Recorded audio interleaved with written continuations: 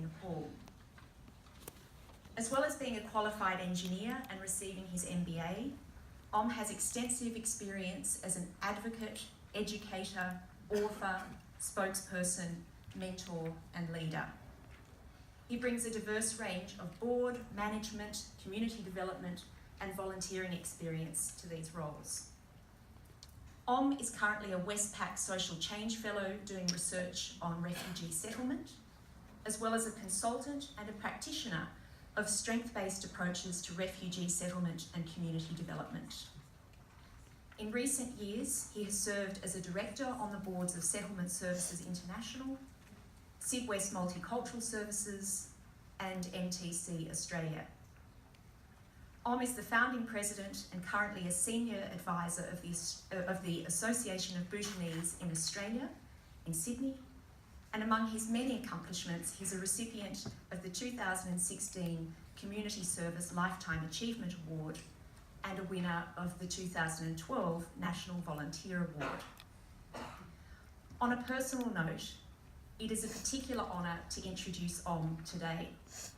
I first met him 18 years ago when he had only recently arrived in Australia. At that time, he and his family were the only Bhutanese refugees resettled here. His parents, siblings, and the wider community remained back in the camps in Nepal. To see all that he has achieved in that time is testament to his hard work, resilience, and courage, and a powerful message to our leaders about the truly amazing contributions that so many refugees make to our country. You're warmly welcomed here today. Thank you.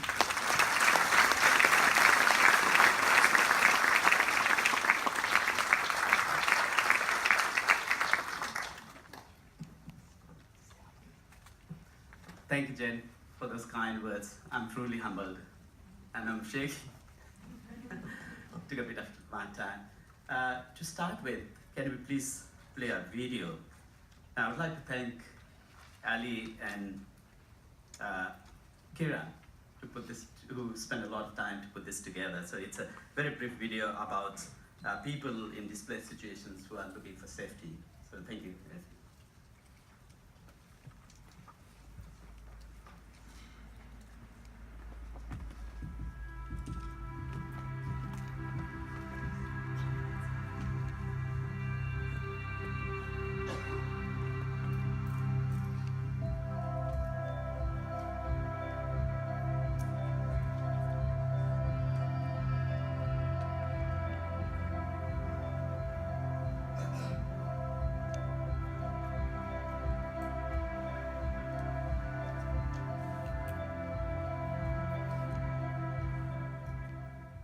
The definition of safety for me and my family is not living in a fear, not running for our life, and not feeling illegal in a country. Being together, freedom from danger.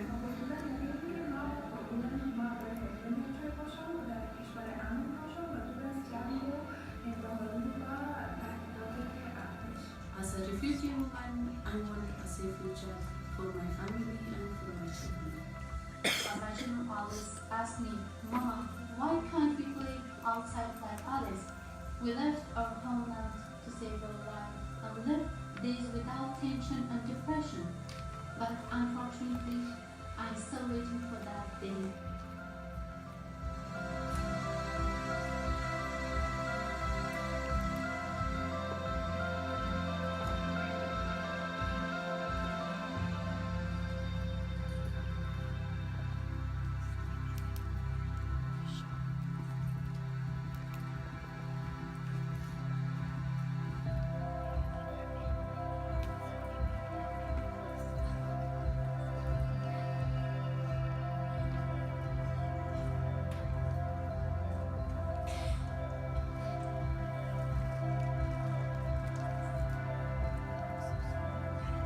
If I could ask just for one thing, it would be a place where I can go home, a place where my refugee status isn't all that defines me, a place where I'm not told to keep a low profile because I am illegal.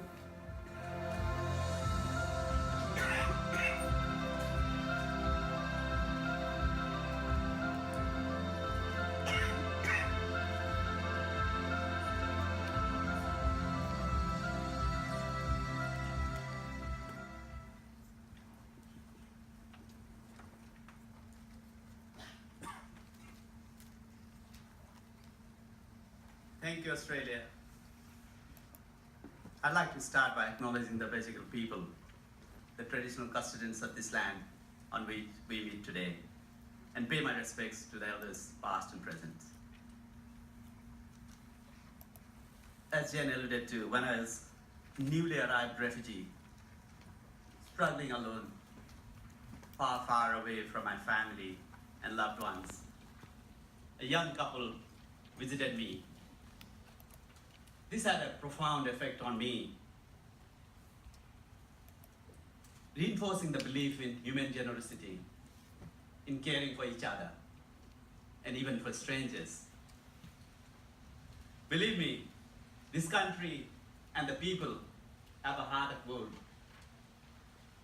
This couple I'm talking about is none other than Jane and a partner, who continue to do some amazing work with refugees, but now on a much larger scale. Thank you, Jane. As a former refugee, what a pleasure and privilege for me to be standing here today to introduce the Refugee Communities Advocacy Network and also to briefly share my own experience.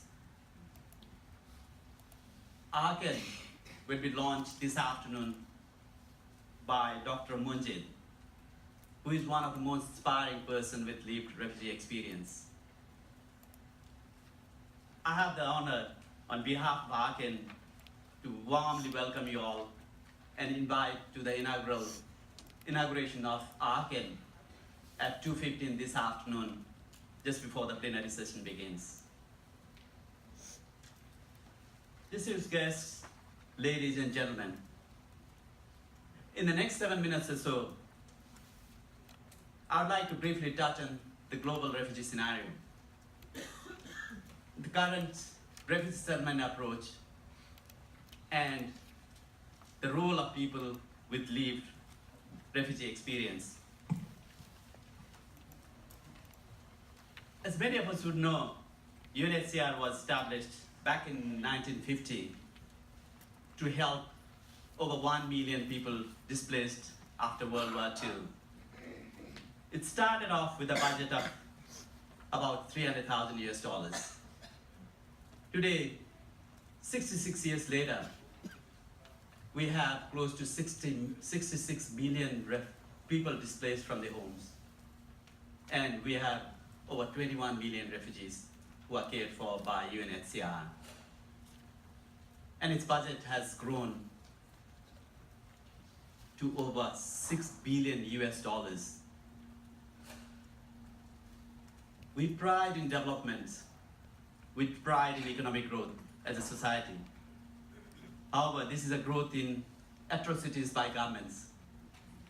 This is a growth in human sufferings. And I believe this is clearly not acceptable. And we need to find alternatives to deal with refugee situation.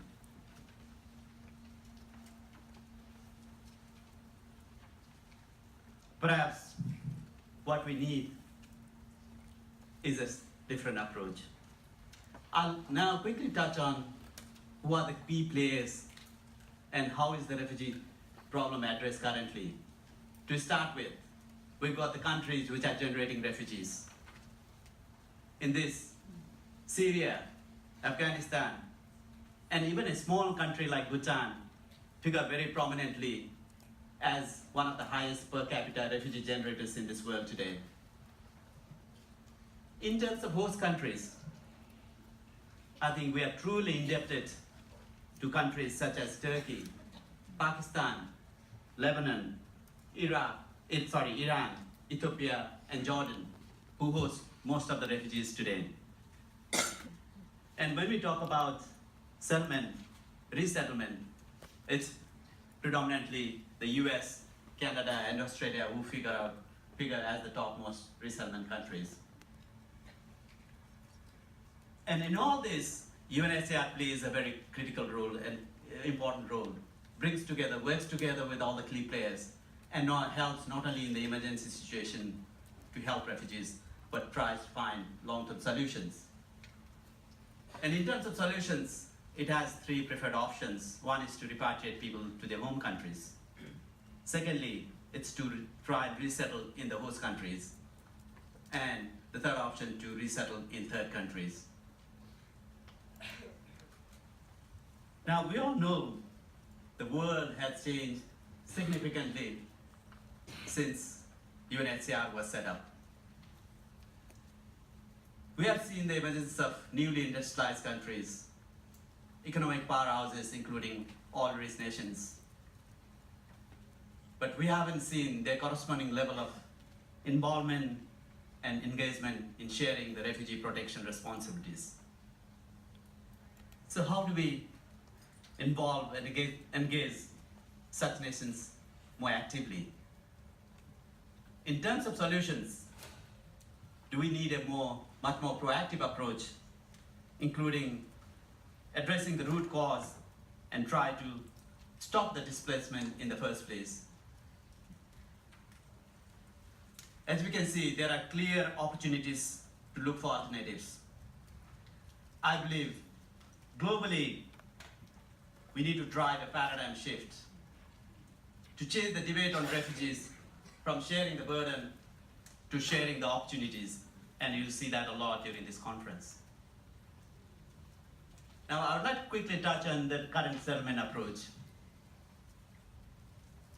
When refugees arrive in a new country, they come with inherent strengths, such as perseverance and resilience, in addition to other skills. Currently, predominantly it's a need-based approach. We identify needs and try to meet those needs. The needs keep growing, and that's clearly not sustainable. Often, this approach also has an unintended consequences of creating more dependency in the communities. We should perhaps start by defining refugees by their strengths, identifying their strengths and skills, and building on that. It's again driving a paradigm shift in the way we settle refugees from a need-based approach to a strength-based approach. This now takes us to the core of the conference and the role of people with lived refugee experience. I found that there is clear underutilization of people with lived experience in all spheres of dealing with refugee issue. Thank you, Australia. This conference, and this venue in particular, is truly special for me. This 2-year-old daughter, Smriti, who Jen mentioned that I left when I fled Bhutan. She managed to come here. She managed to study in this university, and she graduated from this university. And she even works for this university part-time now. Thank you. Thank you, Australia.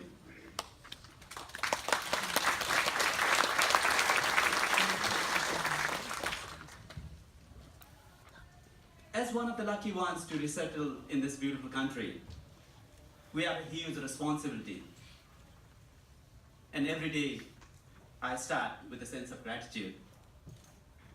ARCAN, which will be launched this afternoon, is a step towards fulfilling that. It's been initiated on a foundation of strength, and ARCAN is unique in the sense that it's initiated by people with lived experience from refugee background and two organizations which work very closely with refugees. Thank you very much, Refugee Council of Australia and STARTS New South Wales. Before I conclude, a huge congratulations to the organizers. What a great lineup of people and the topics we are covering in the next 2 days. I couldn't even try and fit in that slide. It brings together opportunities for cooperation and collaboration. Obviously, as I put it in the center, keeping people with lived experience in the center. As I noted earlier, currently there is an underutilization of people with lived experience who can provide input to service delivery, in research, and in policy input. Working together across sectors and with active involvement of people with lived experience, I believe Australia can lead the way in moving from a need-based approach to a strength-based approach to refugee settlement and help drive on the long term the debate on refugees from a sharing the burden to sharing the opportunity. Thank you all for your attention.